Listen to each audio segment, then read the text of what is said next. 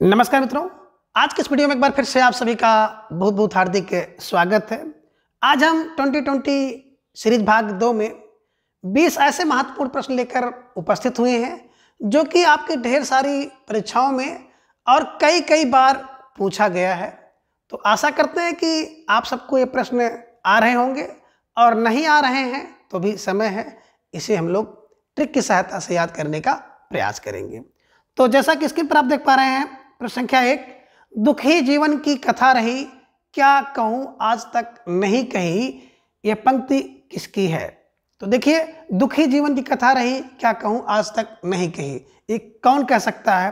तो देखिए, ऐसी बात निराली है कि दुखी जीवन की कथा रहे और आज तक जो कहना था नहीं कहेंगे, तो बड़ी निराली बात है। और निराली बात है तो इसके जो लेखक होंगे निराला होंगे, यानी कि ये पंक्ति जो है निराला जी की है। दूसरा, कहाँ से ली गई है?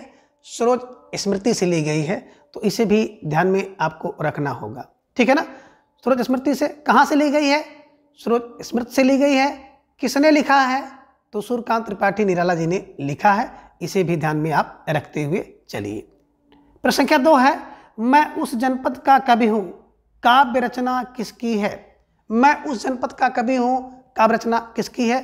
तो इसका उत्तर होगा त्रिलोचन, ठीक है ना। अब कैसे दिमाग में रखेंगे? बोले मैं उस जनपद का कवि हूँ जहाँ पर त्रिलोचन है, जहाँ के त्रिलोचन है। अरे भाई कहाँ के? बोले कहाँ के हो? बोले मैं उस जनपद का हूँ जहाँ से त्रिलोचन है, जहाँ के त्रिलोचन है, मैं उस जनपद का हूँ, मैं उस जनपद का हूँ जहाँ से त्रिलोचन है, ठीक है ना। और कभी कभी पूछता है कौन सी विधा है, तो ध्यान में रखिएगा एक काव्य रचना है। मैं उस जनपद का कवि हूँ, काव्य रचना है, किसने लिखा है? त्रिलोचन जी ने लिखा है, ठीक है। चलिए, प्रश्न संख्या 3 की बात करें तो संशय की एक रात किसके संशय पर आधारित है? देखिए, किसने लिखा है? नहीं, संशय की एक रात है ना, किसके संशय पर आधारित है? तो ध्यान, आप अगर पढ़े होंगे अच्छी तरह से तो आप जान जाएंगे कि संशय की एक रात किसकी है। सबसे पहले तो रचना जानिए किसकी है? नरेश मेहता जी की है, एक रात, संशय की एक रात। और किसके ऊपर आधारित है? तो आप दिमाग में रख लीजिएगा कि राम के संशय के ऊपर आधारित है, इसे ध्यान में रख लीजिएगा, ठीक है। संशय की एक रात, नरेश मेहता। संशय की एक रात किसके ऊपर आधारित है? तो राम के संशय के ऊपर आधारित है, इसे ध्यान में रख लीजिएगा। प्रश्न संख्या 4 थोड़ा सा हटकर है कि बलदेव खटिक कविता किसकी है? बलदेव खटिक है ना। तो देखिए, इसका उत्तर होगा लीलाधर जागुड़ी, लीलाधर जागुड़ी। देखिए, बलदेव खटिक है ना, वो क्या करता है? बोले सर बलदेव खटिक तो क्या करता है? जुगाड़ लगाता है, जुगड़ी है। और खटिक उटिक को देखे होंगे ना, जंगल से लकड़ी तोड़ना हुआ और ढेर सारे काम करना होगा, शिकार करना हुआ, तो शिकार वगैरह में क्या होता है? बहुत जुगाड़ लगाना होता है। जुगड़ी बस दिमाग में रखिएगा, जुगड़ी माने जुगाड़ी, ठीक है ना। तो बलदेव खटिक जुगाड़ी है, जुगाड़ी फार लीलाधर जागुड़ी, ठीक है। चलिए, प्रश्न संख्या 5 है कि ताजमहल का टेंडर किसका नाटक है? देखिए, 2 प्रश्न यहाँ से बन सकते हैं कि ताजमहल की विधा अगर पूछी जाए तो ताजमहल का टेंडर विधा जो है, ताजमहल के टेंडर की विधा है नाटक, और इसको किसने लिखा है? तो बिल्कुल उत्तर आपका होना चाहिए अजय शुक्ला। कब लिखा? 1999 में। बस दिमाग में रखना है कि ताजमहल का टेंडर किसको मिला? तो अजय शुक्ला को मिला, ठीक है ना। कैसे मिला? बोले नाटक किए तो मिल गया, बहुत नाटक किए। नाटक का मतलब होता है आज के युग में कह सकते हैं नाटक जुगाड़, है ना। नाटक है तो जुगाड़ है, नाटक किए तो क्या मिल गया? ताजमहल का टेंडर किसको? बोले अजय शुक्ला को मिल गया, ठीक है ना। दिमाग में रख लीजिएगा। और कितने नाटक किए? बोले सर 99 नाटक किए, 99 जुगाड़ लगाए तो क्या हुआ? ताजमहल का टेंडर किसको मिला? अजय शुक्ला को मिला। इसे दिमाग में रखिएगा कि ताजमहल का टेंडर नाटक है, अजय शुक्ला जी का है और 1999 में लिखा गया है, ठीक है। अब प्रश्न संख्या 6 है कि चौपट चपेट नाटक के लेखक कौन है? तो देखिए, 2 प्रकार से प्रश्न यहाँ बन सकता है कि चौपट चपेट की विधा नाटक है और चौपट चपेट नाटक के लेखक कौन है? तो किशोरी लाल गोस्वामी हैं। कैसे दिमाग में रखेंगे? बस दिमाग में रख लीजिएगा कि चौपट कर दिया नाटक को किसने? बोले सर किशोरी ने नाटक को चौपट कर दिया। नाटक को चौपट कौन किया? किशोरी ने। किशोरी माने छोरी, ठीक है ना। दिमाग में रख लीजिएगा, किशोरी ने नाटक को चौपट कर दिया, ठीक है। चलिए, प्रश्न संख्या 7 है कि तुलसीदास चंदन घिसे किसका निबंध है। देखिए निबंध इसलिए हमने डाल दिया कि तुलसीदास चंदन घिसे, अगर विधा पूछ ले तो दिमाग में रखिएगा निबंध किसका है, हरिशंकर प्रसाईक जी का है। तो ध्यान में रखना है कि तुलसीदास चंदन घिसे है ना निबंध, तुलसीदास चंदन घिसे निबंध है, चंदन निबंध, चंदन निबंध बंध, और किसका है, हरिशंकर प्रसाईक का है। अब देखिए भाई तुलसीदास चंदन किसके लिए घिस रहे हैं, बोले हरि और शंकर के लिए चंदन घिस रहे हैं। तो तुलसीदास चंदन घिस रहे किसके लिए, बोले सर हरि के लिए और शंकर के लिए, ठीक है ना। कौन, तुलसीदास चंदन घिस रहे हैं, ठीक है। चलिए अगला जो प्रश्न है प्रश्न संख्या 8, जुलूस उपन्यास के लेखक। देखिए जुलूस, पहला प्रश्न जुलूस, विधा उपन्यास कौन है। तो जुलूस उपन्यास का अगर बात करें रचनाकार या लेखक या उपन्यासकार हैं फणीश्वर नाथ रेणु। और जब आप पढ़ रहे थे इनके उपन्यास को तो हमने बताया था है ना कि मैली प्रति भूम, मैली 54 प्रति 57, और भूम के लिए जुलूस हमने बताया था कि अच्छे अच्छे यानी कि 66 में, ठीक है ना। तो आपके दिमाग में तुरंत आ जाना चाहिए कि 1966 में अच्छे अच्छे जुलूस हो तो अच्छे अच्छे हो, अच्छे अच्छे है ना, अच्छे अच्छे शहरों से होकर के निकल रहा था जुलूस ना, तो जुलूस, ठीक है ना, अच्छे अच्छे, ठीक, दिमाग में रख लीजिएगा। फणीश्वर नाथ रेणु का है। यह पथ बंधु था, यह पथ बंधु था उपन्यास किसका है, इसके उपन्यासकार कौन है। तो यह पथ बंधु था विधा है, उपन्यासकार हैं नरेश मेहता। ध्यान में रख लीजिएगा कि नरेश मेहता, यह पथ बंधु था। प्रश्न संख्या 10 है कि एक पथ के नोट के लेखक, एक पथ के नोट्स के लेखक कौन है, महेंद्र भल्ला।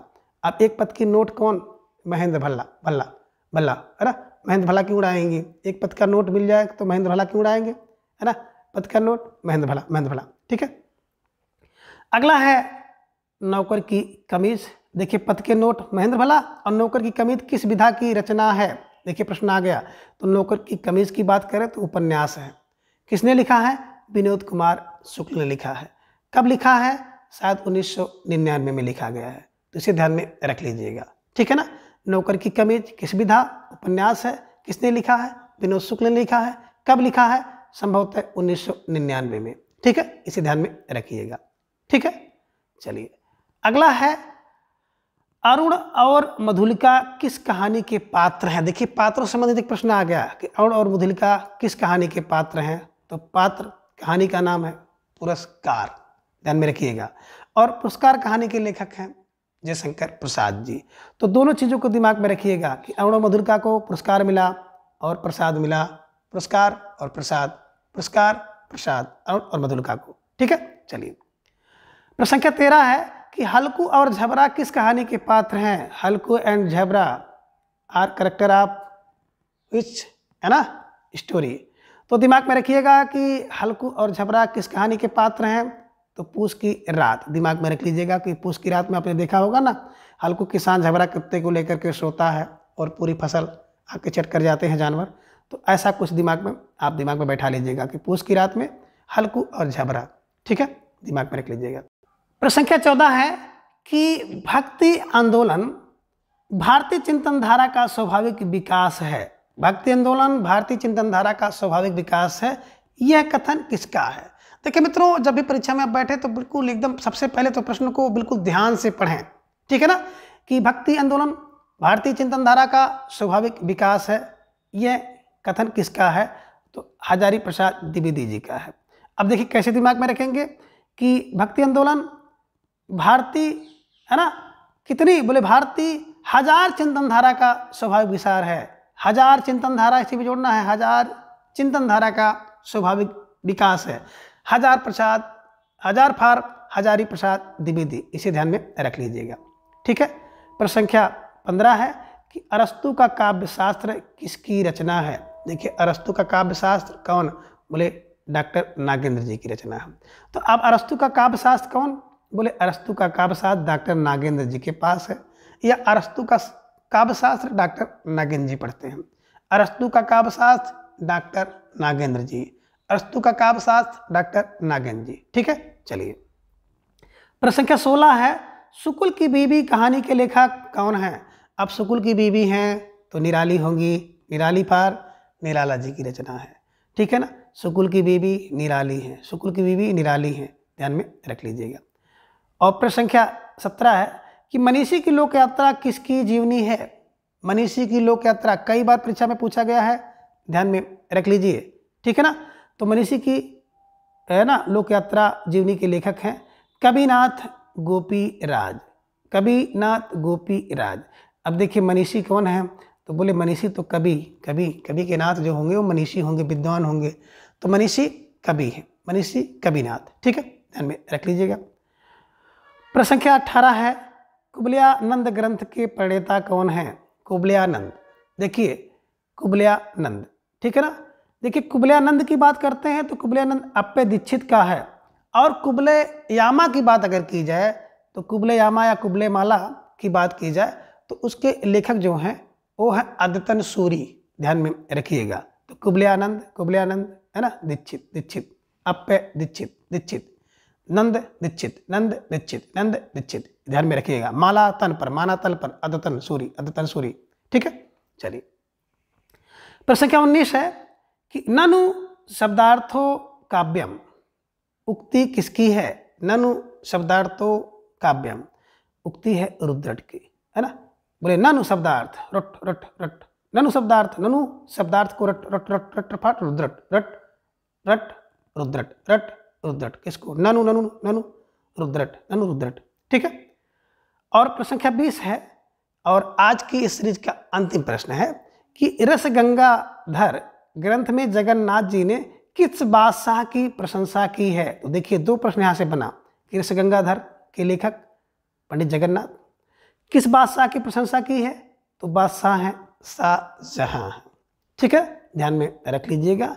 तो आशा करते हैं कि ये जो 20 प्रश्न हैं आपकी तैयारी को परखने के लिए हैं और अपने ज्ञान को बढ़ाने के लिए हैं। साथ ही आप अगर सो रहे हैं तो जग जाए। इस तरह से 20-20 प्रश्न लेकर के हम लगातार उपस्थित होंगे। तो आज की इस वीडियो में बस इतना। अगले वीडियो में फिर हम इस तरह से 20 प्रश्न लेकर उपस्थित होंगे। तब तक के लिए धन्यवाद, नमस्कार, बाय।